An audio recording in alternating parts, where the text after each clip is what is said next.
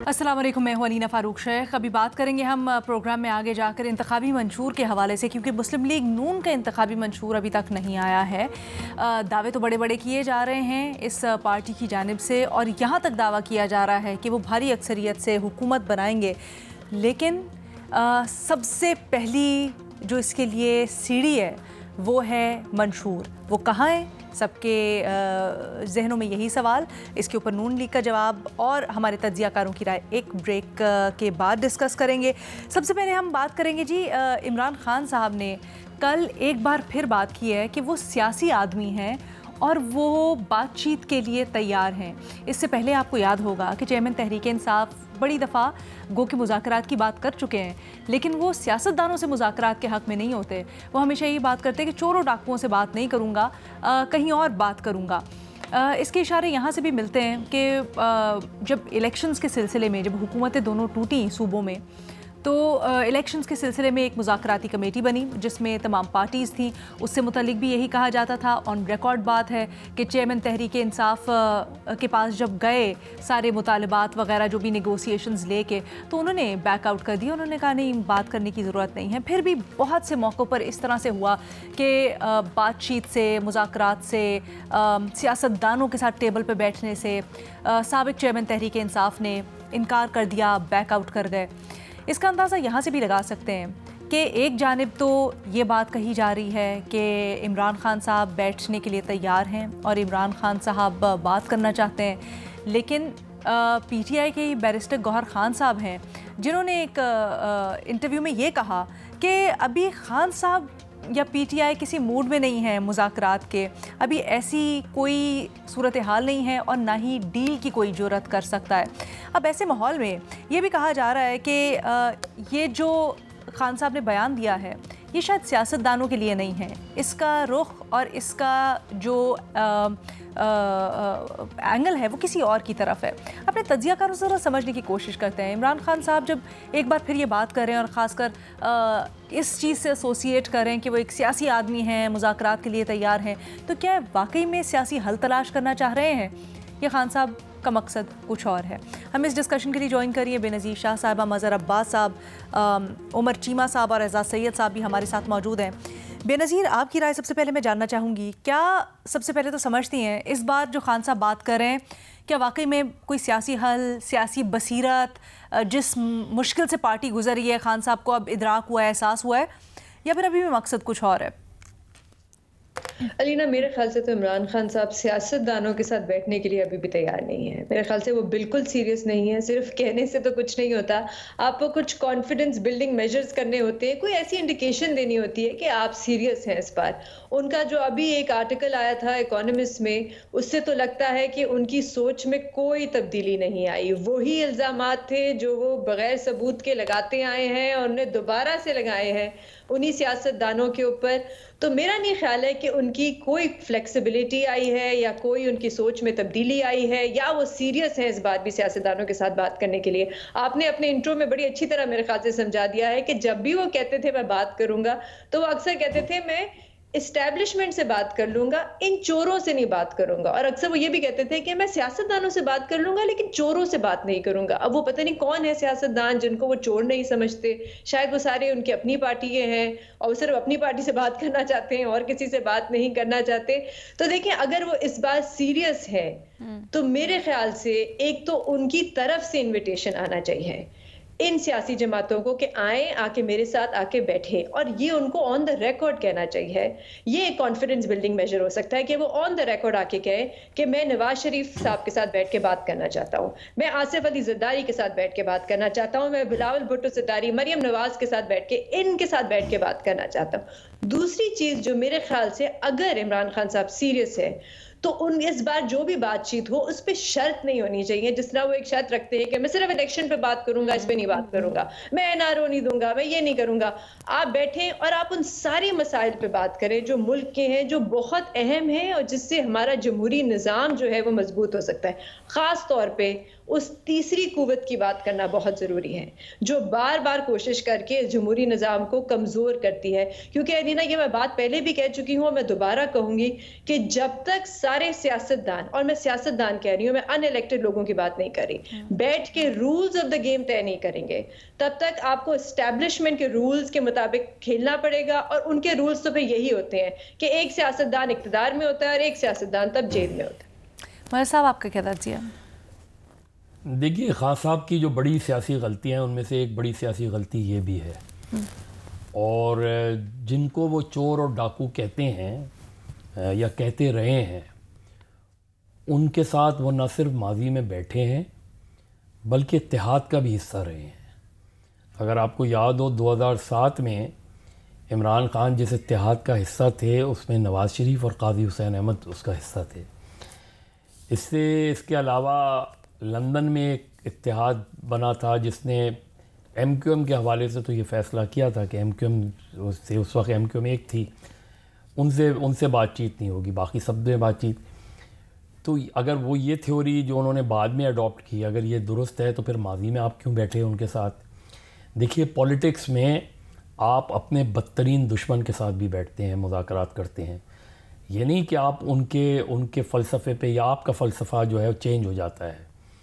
आप जिन पॉइंट्स पर मुज़ाकरात करते हैं वो पॉइंट्स अहम होते हैं। मसलन बेनज़ीर भुट्टो और बेगम भुट्टो के लिए नाकाबिल क़बूल था कि वो उन लोगों के साथ बैठती जिनको वो समझती थी कि PNA की मूवमेंट में या भुट्टो साहब की फांसी में कहीं ना कहीं उनका हाथ है। बहुत मुश्किल फ़ैसला था, मुझे पता है, 81 में जब MRD बन रही थी, लेकिन वो बैठी, उनके साथ मुज़ाकरात किए। भुट्टो साहब के सख्त तरीन मुखालिफ थे जब 70 के इलेक्शन हुए।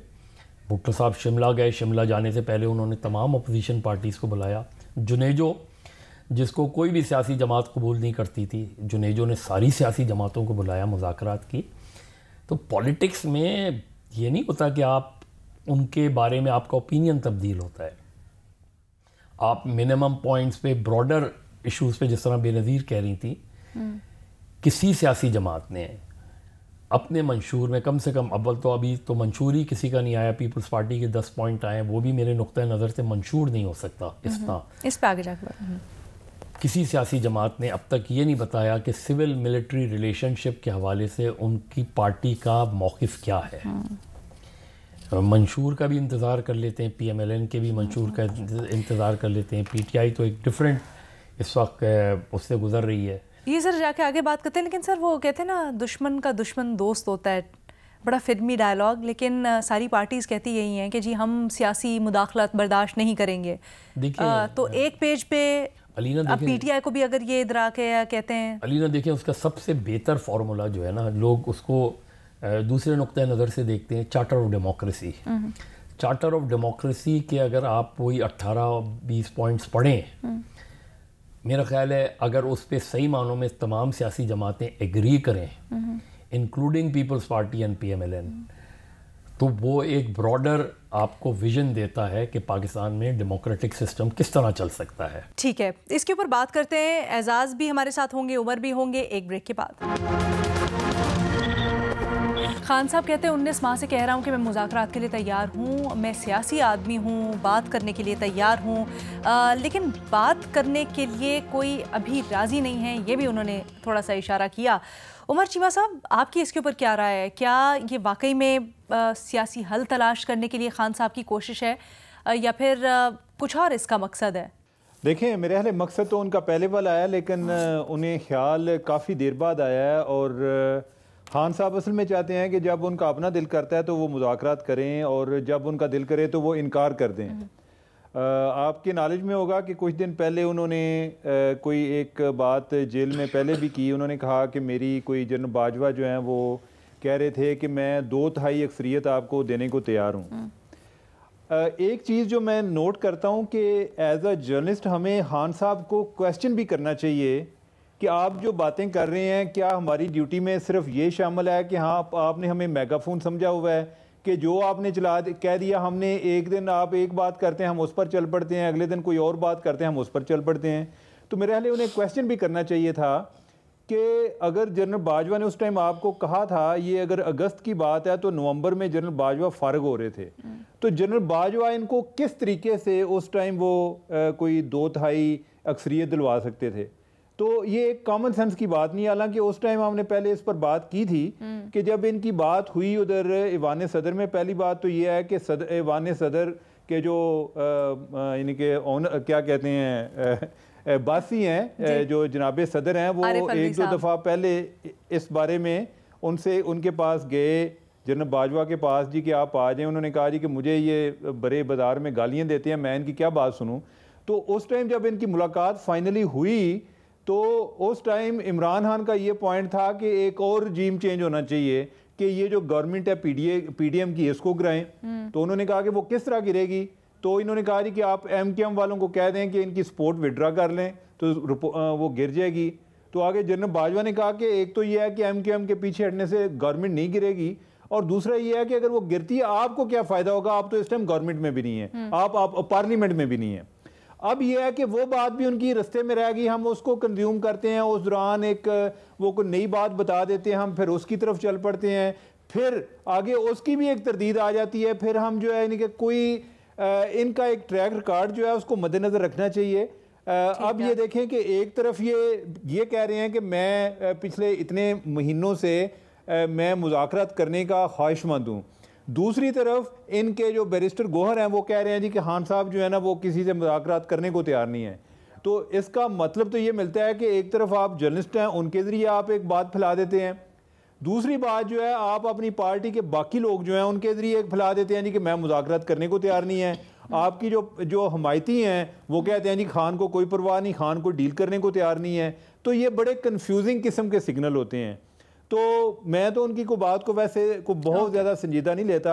ये जमहूरियत की मेहरबानी है, क्योंकि उसमें यही होता है कि जो एक पॉपुलर को पर्सनैलिटी है जिसको लोग ज़्यादा सुनते हैं, हमें उस पर तबसरा करना पड़ता है, नहीं तो आए दिन उनके बयानात बदलते रहते हैं। पर बहरहाल वो एक सियासी जमात है और सियासी जमात के लीडर हैं। एजाज, इमरान खान साहब का जो सबसे बड़ा मसला है ना पाकिस्तान की पॉलिटिक्स में, वो मसला है कि वो उनके ऊपर कोई ट्रस्ट नहीं कर सकता।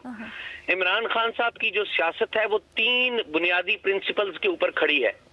उस इमरान खान साहब की सियासत का जो पहला प्रिंसिपल है वो ये है कि सारे पॉलिटिशियंस चोर हैं, ये उनका पहला असूल है। उनका दूसरा असूल ये है कि सबसे ईमानदार और पाकबाज और प्रिंसिपल्ड पॉलिटिशियन इमरान खान साहब खुद हैं। और इमरान खान साहब की सियासत का जो तीसरा पिलर है या तीसरा प्रिंसिपल है वो ये है कि इक़्तिदार का जो रास्ता है वो रावलपिंडी के जरिए आता है। अब मामला ये है कि उन्होंने सियासतदानों को इतना मतून किया है, उनके बारे में ऐसी जुबानें इस्तेमाल की हैं कि सियासतदान इमरान खान साहब के साथ बैठने के लिए उस वक्त तक तैयार नहीं है सियासी जमातें, जब तक इमरान खान साहब के हवाले से उन्हें 100% यकीन ना हो जाए कि वो ब्लफ नहीं करेंगे। दूसरी बात यह है कि सियासतदान उनके साथ क्यों नहीं बैठना चाहते। एक और ये सियासतदानों का भी प्रॉब्लम है कि सियासतदानों को इस वक्त पता है कि एस्टेब्लिशमेंट इमरान खान के साथ किसी तरीके से हाथ मिलाने के लिए तैयार नहीं है। अगर आज जो सियासी जमातें हैं, बड़ी सियासी जमातें, पाकिस्तान पीपल्स पार्टी और नून लीग और JUIF, ये इमरान खान साहब से हाथ मिलाते हैं तो टेक्निकली ये भी समझते हैं कि ये खुद एस्टैब्लिशमेंट की लेफ्ट साइड पे चले जाएंगे। तो ये जो ट्रस्ट डेफिसिट है उसमें एक बुनियादी वजह है। तो मेरा नहीं ख्याल कि खान साहब का जो बयान है उसकी कोई अहमियत है, क्योंकि खान साहब अपने बयान बदलते भी रहते हैं। एक दिन वो कोई बयान देते हैं, दूसरे दिन कोई बयान देते हैं। खान साहब कहते हैं कि मुज़ाकरात करूंगा, उनके पार्टी लीडर्स कहते हैं नहीं करूंगा, उनके पार्टी लीडर्स कहते हैं खान साहब मुज़ाकरात करेंगे, तो फिर खान साहब कह देते हैं मैं मुज़ाकरात नहीं करूंगा। तो मेरा नहीं ख्याल कि कोई भी खान साहब पे ट्रस्ट करने के लिए तैयार है, ना एस्टैब्लिशमेंट ट्रस्ट कर रही है, ना पॉलिटिकल पार्टीज हैं वो ट्रस्ट कर रही हैं। बेनज़ीर, क्या ऐसे माहौल में मुश्किल है कि खान साहब के पार्टी में होते हुए या एक वाज़े लीडरशिप चेंज की बगैर ये मामलात आगे चल सकें या PTI को एज अ पार्टी बाकी पार्टीज़ के साथ मिल बैठने का मौका मिले? अलीना, मेरे ख्याल से ये मुस्लिम लीग नून और पीपल्स पार्टी में ऐसे कुछ सियासतदान ज़रूर हैं जो समझते हैं कि इमरान खान साहब से बात करनी चाहिए, और मेरे ख्याल से अगर ऐसा होता है, उनके साथ कोई बातचीत शुरू होती है, तो ये सियासतदान जो हैं पुश ज़रूर करेंगे, एक राय ज़रूर होगी पार्टी के अंदर। और बल्कि आसिफ अली ज़रदारी साहब ने अभी ही एक इंटरव्यू दिया था आसमा शराजी साहिबा को, जिसमें उन्होंने कहा था कि मैं तो कब तक कहता रहा कि बैठे आए हमारे साथ चार्टर ऑफ इकोनॉमी बनाए। तो मेरे ख्याल से कुछ ना कुछ हो सकती है फ्लेक्सिबिलिटी इन पार्टीज में। इसकी एक और वजह ये भी है अलीना कि मेरी राय में एक रिलक्टेंस हमें नजर आ रही है, ये जो सियासी जमातें मुस्लिम लीग नून और पीपल्स पार्टी कि वो इलेक्शन तो लड़ रही है, लेकिन उनको नजर आ रहा है कि शायद वो इलेक्शन जीत जाए, हुकूमत भी बना दें, लेकिन in the larger scheme of things वो हार जाएंगी and they will be the losers. इसलिए क्योंकि वो उनको भी नजर आ रहा है कि जो स्पेस उन्होंने एस्टैब्लिशमेंट को, तीसरी कुव्वत को दे दी है, ये इतनी ज्यादा है कि कोई वजीर आजम भी बन जाएगा, काबीना भी बन जाएगी, लेकिन ये स्पेस वापस लेना बहुत मुश्किल है। और उसके लिए आपको सारी सियासी जमातों के साथ बैठना पड़ेगा और जैसे मैंने कहा कोई rules of the game set करने पड़ेंगे, वरना तो वजीर आजम बन तो जाएगा लेकिन वो सिर्फ नाम के वजीर आजम होंगे। और फिर वैसे ही जैसे आपने एक तजवीज़ दी कि अब ओनस इमरान खान के ऊपर है कि वो किस तरह से वाज़े पैगाम देते हैं सियासतदानों को कि वो आएँ और मिलकर बैठें। एक छोटी सी ब्रेक लेते हैं, ब्रेक के बाद वापस आएंगे और ज़रा इंतखाबी मंशूरों के ऊपर बात करेंगे, इसके ऊपर क्या पार्टीज़ का मौक़िफ़ है और हमारे तज्ज़ियाकारों की राय। एक ब्रेक के बाद। आम इंतखाबात में सिर्फ 18 दिन रह गए हैं और जल्द से जुलूस हो रहे हैं, रैलियां निकाली जा रही हैं, लेकिन एक कमी जो वाज़े तौर पर महसूस की जा रही है वो है मुस्लिम लीग नून, जो कि एक बड़ी जमात है और मुल्क में दूसरी मकबूल तरीन जमात है, उसके इंतखाबी मंशूर की। पीपल्स पार्टी अपने इंतखाबी 10 नुकात दे चुकी है, वो काबिल अमल हैं या नहीं हैं वो एक अलग बहस, लेकिन मुस्लिम लीग नून ने तो सिरे से कोई इंतखाबी मंशूर, यानी जब अगर वो इलेक्ट होकर आते हैं तो क्या वो काम होंगे, क्या वो मैनिफेस्टो होगा जो अपनी आवाम के सामने रखेंगे और फिर उसके ऊपर अमल होगा और उनकी कारकर्दगी को उसकी बुनियाद पर जांचा जाएगा, ये आवाम के सामने, ये हमारे सामने अभी तक कुछ नहीं है। इससे मुताल्लिक जब सेनेटर इरफान सिद्दीकी से पूछा गया, क्योंकि वो जो मंशूर कमेटी है नून लीग की उसके हेड भी हैं, तो उन्होंने इसकी वजाहत कुछ यूँ दी कि बन रहा है, काम हो रहा है और बड़े जामे एक मंसूबा है जिसके ऊपर पूरी कमेटी बनी हुई है और काम कर रही है। साथ ही साथ उन्होंने पीपल्स पार्टी से जब मवाजना किया जाता है, क्योंकि उनका काफ़ी देर पहले आ गए थे 10 नुकात, तो उन्होंने इसका जवाब कुछ इस तरह से दिया कि अगर नाकाबिले अमल 10 नुकात ही देने होते तो वो तो आज दे दे, लेकिन मुस्लिम लीग नून का जो मंशूर है वो बड़ा ही जामे है और उसमें एक एक वजाहत से चीज़ बताई गई है कि किस तरह से अमल दरामद भी होगा जो चीज़ें वो प्रपोज़ करेंगे उसके ऊपर। साथ ही साथ उन्होंने ये भी कहा कि वक्त ज़रूर लग रहा है, लेकिन हमेशा इसी तरह से होता है कि इंतखाबात से चंद रोज़ पहले ही मुस्लिम लीग नून करती है ऐलान। कितनी हकीकत है या कितना दुरुस्त है मुस्लिम लीग नून का ये मौक़िफ़ अपने मंशूर से मुतल्लिक? मज़ साहब, अभी आप बात भी कर रहे थे पहले सेगमेंट में, सो आप कैसे देखते हैं इस बयान को? देखिए, अगर वो वाकई कोई कॉम्प्रिहेंसिव मैनिफेस्टो लेकर आते हैं जो काबिल अमल हो, मैं इसलिए बात कह रहा हूँ कि लोगों से हमारी यहाँ सियासी जमातें अक्सर झूठ बोलती हैं इलेक्शन के मौके पे, ऐसे नारे देती हैं जो ख्वाब लगते हैं।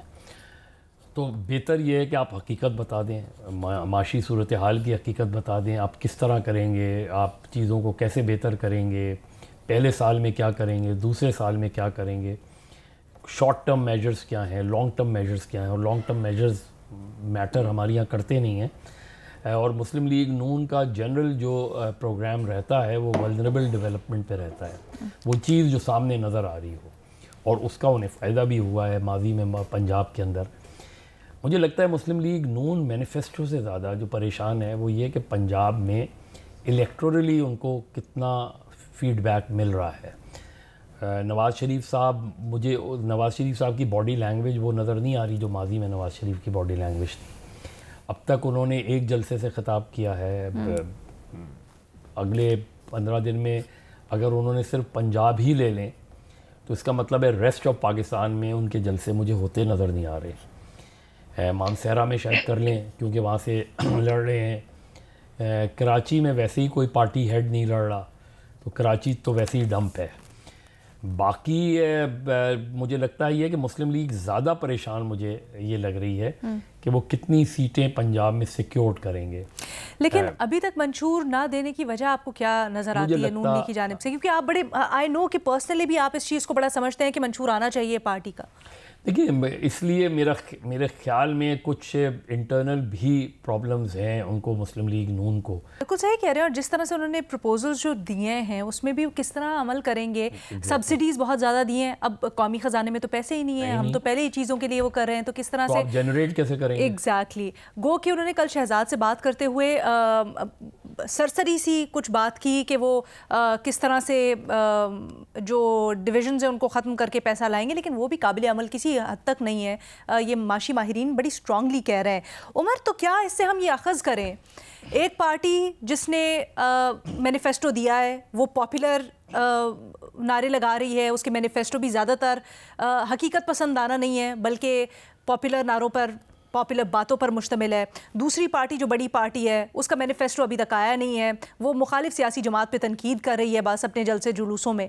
तो क्या सिर्फ पॉपुलर सियासत रह गई है और ये वाली बातें निसाबी किताबी बातें हो गई हैं कि जी मैनिफेस्टो आता था, क्या करना है, क्या किस तरह से करेंगे, वो बातें अब बिल्कुल पीछे रह गई हैं? अलीना, इसमें देखें फिर हमें दोबारा से हम पीटीआई को मिस करेंगे कि पीटीआई इस टाइम मैदान में नहीं है और ये बहुत ज़्यादा लेज़ी हो गए हैं। अभी इनकी इलेक्शन कैंपेन देखें कि अब जाकर शुरू कर रहे हैं और वो भी अभी ये मोमेंटम पकड़ते हुए मुझे नहीं आइडिया कि कितना टाइम लेगी या ये इसी तरह चलनी है। इनके लोग, इनको लगता है कि जैसे अब ये कैंपेन चलाने की भी ज़रूरत नहीं है। अगर कोई और होती ना तो इन्होंने अभी तक मंशूर भी ले आना था। ये कोई मजाक है? यानी कि मैं कहता हूँ जी कि मुझे नहीं आइडिया, ये कोई पहली दफ़ा ऐसा मंशूर आ रहा होगा कि जो मुकम्मल तौर पर काबिल अमल होगा, नहीं तो पहले भी ये मंशूर लेकर आते हैं। तासर यही होता है जी कि हमने ये करना है, ये बड़ा संजीदा किस्म का मंशूर है और ये हमारी एक विजन के करीब तर है, लेकिन बाद में उस पर अमल होता हुआ नज़र नहीं आता। वो तो बात है कि जब मंशूर आएगा और ये उस पर अमल करेंगे तो तब हमें पता चलेगा। लेकिन देखें, आप ये क्या कह रहे हैं, ये कह रहे हैं कि हम इलेक्शन से कोई 11 दिन पहले हम मंशूर लेकर आएंगे। तो आपने कैंपेन शुरू की है, कैंपेन में आप लोगों को क्या कहने जा रहे हैं? ठीक है, आपके मंशूर में क्या ऐसी चीज़ है? आपको जब पता था इतनी देर से, इनको तो आइडिया थे ना कि इस दफ़ा हमारे चांस बन रहे हैं, या अगर हम उसको उस टाइम से काउंट करें जब एक तासर था जी कि नवाज शरीफ जब वापस आ रहे हैं, तो इसका मतलब है कि पार्टी जो है कि गवर्नमेंट में आ रही है। तो ये अगर उस टाइम से भी शुरू होते तो इनका मंशूर बन जाना चाहिए था। ये तो बड़ी वैसे हैरान कौन, बड़ी मज़े का इस बात है कि ये कह रहे हैं कि हम 27 को मंशूर लेकर आ रहे हैं, तो मेरा ख्याल है कि उसकी ज़रूरत ही नहीं है। ठीक है, अब कंपैरिजन की बात तो तब हो ना कि अगर इनका कोई मंशूर हो और उनका हम पीटीआई के साथ, पीपल्स पार्टी के साथ मुवाजना करें। ये बात दुरुस्त है, मदर साहब की बात दुरुस्त है, यानी कि जो ज़्यादातर मंशूर हैं ये इसी तरह होते हैं कि जैसे लोगों को यानी कि ये कहते हैं कि हम आपको जो भी आप कहेंगे ना वो हर चीज़ उन्होंने लिखी होती है कि वो हम नहीं प्रोवाइड करनी है, दूध और शहद की नहरें बहा देंगे। हाँ, यानी कि वो कर देंगे। हाँ। लेकिन मेरे लिए तो ये बड़ी एक अजीब सी, मुझे तो बड़ी अजीब सी बात लगती है कि जी मंशूर, मैंने पहले ये सुना था कोई कुछ दिन पहले मेरी इनके किसी बंदे से बात हो रही थी जो मंशूर को डील कर रहे थे कि उन्होंने कहा जी कि कोई ना मेरे ख्याल 12 तारीख को मंशूर का ऐलान हो जाएगा। अच्छा। मंशूर, और तब भी जो हमारी बात हो रही थी वो यही हो रही थी कि लेट हो रही है, और वो जिनसे मेरी बात हो रही थी वो भी इस चीज़ से एग्री कर रहे थे, लेकिन वो कह रहे थे जी कि नहीं, वो फ़लाँ साहब जो हैं शहबाज शरीफ साहब, उन्होंने कहा है कि फ़लाँ चीज़ को इस तरह करें, फ़लाँ चीज़ को इस तरह करें। और मंशूर जो है, अब तो मुझे लगता है कि मंशूर तो सबका एक ही है, यानी कि अल्टीमेटली अगर हम अपनी पार्टीज़ में उनमें कोई तफरीक करें तो यही पता चलता है कि किसी का टॉलरेंस लेवल ज़रा बेहतर है, कोई जो है वो गाली गलोच की सियासत करता है। इसके अलावा जो गवर्नेंस के इनके मामलात हैं उधर कोई इनका ऐसा तो सिस्टम कोई नहीं है कि किसी ने कोई एक बड़ा कोई एक कैपिटलिस्टिक लाइन ली हुई है और दूसरा कोई सोशलिस्ट बना हुआ है, ऐसी भी बात नहीं है। एक जैसे उनके कोई फॉरेन मिनिस्टर जो हैं वो भी हमारे कोई 3-4 ही हैं जो बार बार बदल के उन्होंने लेने होते हैं, कोई इतना फ़र्क तो नहीं है। मुझे नहीं आइडिया कि इन्होंने इस दफ़ा क्या फ़र्क करना है, और ये अभी तक मंशूर ही नहीं ला पा रहे। ये तो बहुत ही अजीब सी बात है। बेनज़ीर, आप इत्तेफाक करती हैं? अलीना, पहले तो मैं एक चीज करेक्ट कर दूं, पीपल्स पार्टी का भी अभी तक मंशूर नहीं आया। मैंने पीपल्स पार्टी से को कांटेक्ट किया था, मैंने उनसे पूछा था कि आपने हमें अभी तक डॉक्यूमेंट नहीं भेजा, ये 10 पॉइंट्स भेज दिए। तो उन्होंने कहा कि देखें अभी वो प्रिंट हो रहा है, तो ये जो हमने 10 नुकात हैं ये सिर्फ इकोनॉमी के हवाले से हैं, और क्योंकि इकोनॉमी की रिवाइवल की बात जो है वो बहुत आजकल ज़रूरी है, बहुत अहम डिस्कशन है, तो इसलिए हमने ये एक पेज जो है वो रिलीज़ कर दिया है। बाकी अभी प्रिंट होगा, फिर चेयरमैन साहब के उस पर सिग्नेचर होंगे और फिर जाके वो डॉक्यूमेंट आएगा। वो भी पता नहीं कब आएगा। जहां तक मुस्लिम लीग नून की बात है, मुझे याद है कि 4 जनवरी को ख्वाजा आसिफ साहब ने इंटरव्यू दिया था शाहजेब खानजादा को, और वहां पे मुस्लिम लीग नून के अपने सीनियर लीडर टीवी पे आके कह रहे थे कि बिल्कुल तस्लीम कर रहे थे कि बिल्कुल आप लोग ठीक कह रहे हैं, हमें कैचअप करने की जरूरत है, हमारी इंतखाबी मुहिम भी लेट शुरू हो रही है, हमारा मंशूर भी अभी तक नहीं आया और अब तक अवाम के सामने आ जाना चाहिए था। तो ये तो उनके अपने पार्टी लीडर हैं जो कह रहे हैं, उनको कॉन्ट्रडिक्ट कर रहे हैं। उन्होंने तो ये नहीं कहा कि हमें देखें हम कितनी मेहनत कर रहे हैं, हमने इतनी कमेटियां बनाई हैं। दूसरी बात ये है कि अगर 60 पेजेस पे का मंशूर है तो आपको 5 महीने लग गए बनाने में। अगस्त में असेंबली तहलील हुई थी, उसके बाद तो पता ही था ना सबको इलेक्शन होने, हाँ वो कौन से महीने में होने उसके बारे में थोड़ी सी कंफ्यूजन थी। तो तब से आपने कमेटियां क्यों नहीं बनाई? 5 महीने लग गए आपको 60 पेजेस लिखने में। मेरी तो ये बिल्कुल समझ से बाहर है कि इतना टाइम क्यों लगा। इसकी वजह सिर्फ बहुत सिंपल है लीना, कि कोई भी सियासी जमात, चाहे वो पीपल्स पार्टी हो, मुस्लिम लीग नून हो, चाहे वो पीटीआई हो, वो अपने मैनिफेस्टोज को सीरियस नहीं लेती। वो एक फॉर्मेलिटी होती है जो वो पूरा करना चाहते हैं। इसलिए मुस्लिम लीग नून बिल्कुल इलेक्शन से 12 दिन पहले आपको मंशूर दे रही है। आप देखिए, और ये इसका सबसे बड़ा मसला ये है कि आजकल इस इलेक्शन में 2 करोड़ आपके नए वोटर्स हैं, ज्यादातर नौजवान वोटर हैं। आपके मुल्क में मिडिल क्लास भी बढ़ रही है। इसका मतलब ये है कि मेरी राय में, मेरे ख्याल से मिडिल क्लास और जो नौजवान वोटर हैं, ये हर सियासी जमात की पॉलिसीज देखना चाहेंगे। और अगर पहले ये सारे मंशूर आ जाते तो हम मीडिया में भी उसको डिस्कस कर सकते थे, उस पर बहस हो सकती थी, मतलब एक कंस्ट्रक्टिव वो डिस्कशन हो सकती थी कि देखिए इनकी पॉलिसीज ये है, इनकी पॉलिसीज ये है। पिछले साल होनी चाहिए थी बट नहीं हो पाई। इन्होंने ये वादे किए, इन्होंने ये पूरे नहीं किए, ये वादे कर रहे हैं, ये करेंगे कैसे? तो बिल्कुल ये आप अगर आखिरी मिनट पे सब तक छोड़ देंगे तो फिर तो कोई डिस्कशन नहीं होगी, कोई बहस नहीं होगी। तो कहीं ऐसा ही तो नहीं है एजाज चाहती यही है पॉलिटिकल पार्टीज के इन चीज़ों के ऊपर हो ही ना, और हम इस तरह की पॉपुलर तकरीरें ही करते रहें जिसमें हम मुखालिफिन को तनकीद का निशाना बना रहे हैं बस, और कुछ आवाम के लिए क्या करना है उसकी कोई बात ही ना हो। अलीना, मैं एक दफा जनरल मुशर्रफ का इंटरव्यू कर रहा था और ये कैमरे पे इंटरव्यू था, तो जनरल मुशर्रफ ने बातों बातों में एक सवाल के जवाब में कहा कि जो आइन है वो कागज का पुर्जा है। मैं बड़ा हैरान हुआ कि जनरल मुशर्रफ ये बातें कर रहे हैं। इससे पहले जनरल ज़ियाउल हक भी कोई इसी तरह की बात करते थे।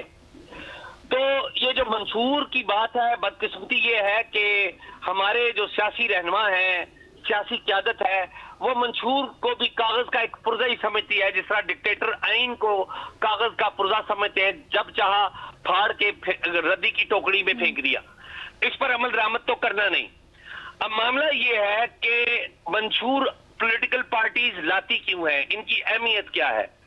सियासी जमातें मंशूर इसलिए लाती हैं कि वो बताएं और अपनी कमिटमेंट का इजहार करें अवाम को कि वो मुख्तलिफ शोबों में क्या काम करके, क्या अट्रैक्ट करके, क्या परफॉर्मेंस दे के लोगों के वोट हासिल कर सकती हैं, लोगों को अट्रैक्ट कर सकती हैं। लेकिन यहाँ तो सियासी जमातें एक लाइन की यकीन दहानी पर आगे बढ़ती हैं, और वो यकीन दहानी ये है कि साड़ी गल हो गई है, साड़ी गल हो गई है या साड़ी डील हो गई है। जब ये लाइन आ जाती है तो फिर मंशूर की अहमियत जो है वो खत्म हो जाती है। फिर मंशूर कागज का वो टुकड़ा होता है जिसे फाड़ कर किसी भी वक्त रद्दी की टोकरी में फेंका जा सकता है। जो बने या ना बने, वक्त पर बने या बेवक्त बने, उसकी कोई अहमियत नहीं होती। पाकिस्तान मुस्लिम लीग नून की जो मंशूर कमेटी है, इरफान सिद्दीकी साहब उसको हेड कर रहे हैं, और इरफान सिद्दीकी साहब अनडाउटेडली बड़े माशाल्लाह से वो टैलेंटेड हैं, जहां दीदा हैं। उन्होंने इस हवाले से बड़ा काम किया है। मुझे जाती तौर पे कुछ चीजों का पता है कि एनर्जी के वजारत इत्तलात वजारत खजाना, इसके वाले से कुछ चीजें उन्होंने जमा की है। लेकिन ये मसला मंशूर कमेटी का नहीं है, ये मसला पार्टियों की क़यादत का है कि वो कितना सीरियस ले रही हैं मंशूर को। लेकिन पार्टियों की क़यादत तो उस वक्त मंशूर को सीरियस लेंगी जब उनको यकीन होगा कि वो अवाम के पास वोट लेने जाएंगे मंशूर दिखाकर। यहाँ पर तो अवाम के पास वोट लेने जाते हैं ये कहकर कि साड़ी गल हो गई है। तो ये वो बुनियादी वजह है जिसकी वजह से हमारी सियासी जमातें मंशूर पर भी तवज्जो नहीं देती और अपनी सियासी तंजीम साजी पर भी तवज्जो नहीं देती। हम तो यहाँ पर बैठे हैं और रियासत का एक सतून होने के नाते हम अपनी जिम्मेदारी पूरी कर रहे हैं कि आज हम पार्टीज़ को ये याद दिला रहे हैं कि बड़ा ज़रूरी है कि उनका मंशूर हो, उन्होंने क्या कारकर्दगी और क्या करके दिखाना है इलेक्शंस के बाद, उसके ऊपर हम उनको जांचेंगे और वोट देंगे। बट ये एक छोटा सा मैसेज भी है, आज की पूरी जो हमारी डिस्कशन हुई है उससे मेजर टेक अवे यही है कि अब नौजवान वोटर की बड़ी तादाद और बड़े बाशऊर वोटर की तादाद है, तो वी एक्सपेक्ट कि 8 फरवरी को क्या करना है पार्टीज़ ने आपके लिए, इसी की बुनियाद पर वोट डाला जाएगा और बल्कि पूछा जाएगा पार्टीज़ से कि अभी तक हमें ये पॉपुलर नारों की बजाय क्यों नहीं बताया गया कि आप हमारे लिए क्या करेंगे, क्या लेके आ रहे हैं और क्या नहीं लेके आ रहे हैं। सो जी, इसी नोट के साथ इजाज़त दें, आज के लिए इतना ही। अल्लाह हाफ़िज़।